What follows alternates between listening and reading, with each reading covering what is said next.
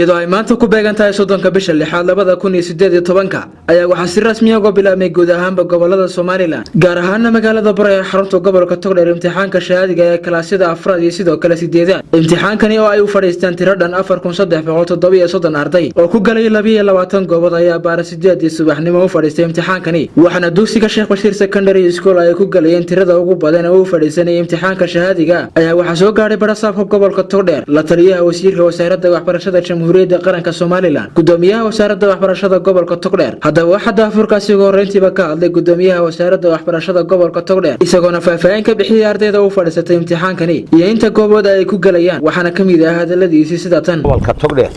waxa maanta u fadhiisanaya arday dhan 4337 arday ayaa u fadhiisanaya dugsiga dhexe ee fasalada 8aad waxay leeyihiin 3060 arday ayaa maanta u fadhiya imtixaanka shahaadiga ee gobolka Togdheer dugsiyada sare foorka waxa fadhiya 1674 arday sida awgeed waxay isku yihiin 4737 arday goobaha ay ardaydaas u fadhiyaan waxa weeye guud ahaan 22 sagaal waa dugsiyada sare 13 waa dugsiyada dhexe ee fasalada 8aad marka ilaa hadda jawi wanaagsan xiriir fiican waan u la sameynay dibadihii goobihii dibada waxa ka soo ay dala socodsiiyeen in jawi degan oo fiican ay hawshu ku socoto oo maanta ay bishu tahay 30 aynu imtixaankii shahaadiga ahaa ee sanad dugsiyeedka 2017-2018 aynu bilownay kuna jirno saacadihii daqiiqadihii ugu horeeyay alxamdulillah guud ahaan gobolka Togdheer si wanaagsan ayuu uga wada bilaabmay si habsami oo qiimo leh ayuu uga bilaabmay dhanka kale waxa isaguna halkaasi ka hadlay la taliyaha wasiirka wasaaradda waxbarashada Soomaaliland waxaana kamid ah hadaladiisa sida tan shaqadu ilaa imka si fiican bay u socotaa imtixaanku si wanaagsan buu bilaabmay hal qodobna waxaan oranayaa ardayda waxaan maanta aynu isugu nimid maaha wax cusub oo wax caadiya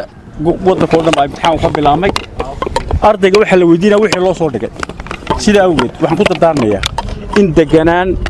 iyo hufnaan iyo si akhlaaqeed ku jirto ay imtixaanka ku galaan ugu dambeyntii waxa hadalka soo afmeeray barasaabka gobolka Togdheer Mudane Xamse Maxamed Cabdi waxaana uu dhignaa hadalkiisa sida tan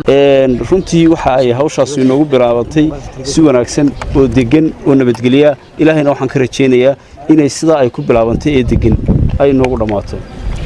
halkan marka hore waxaan jecelahay inaan baaq uga diro ardayda imtixaanka u fadhiisanaysa gobolka Togdheer ardayda waxaan u soo jeedinayaa marka hore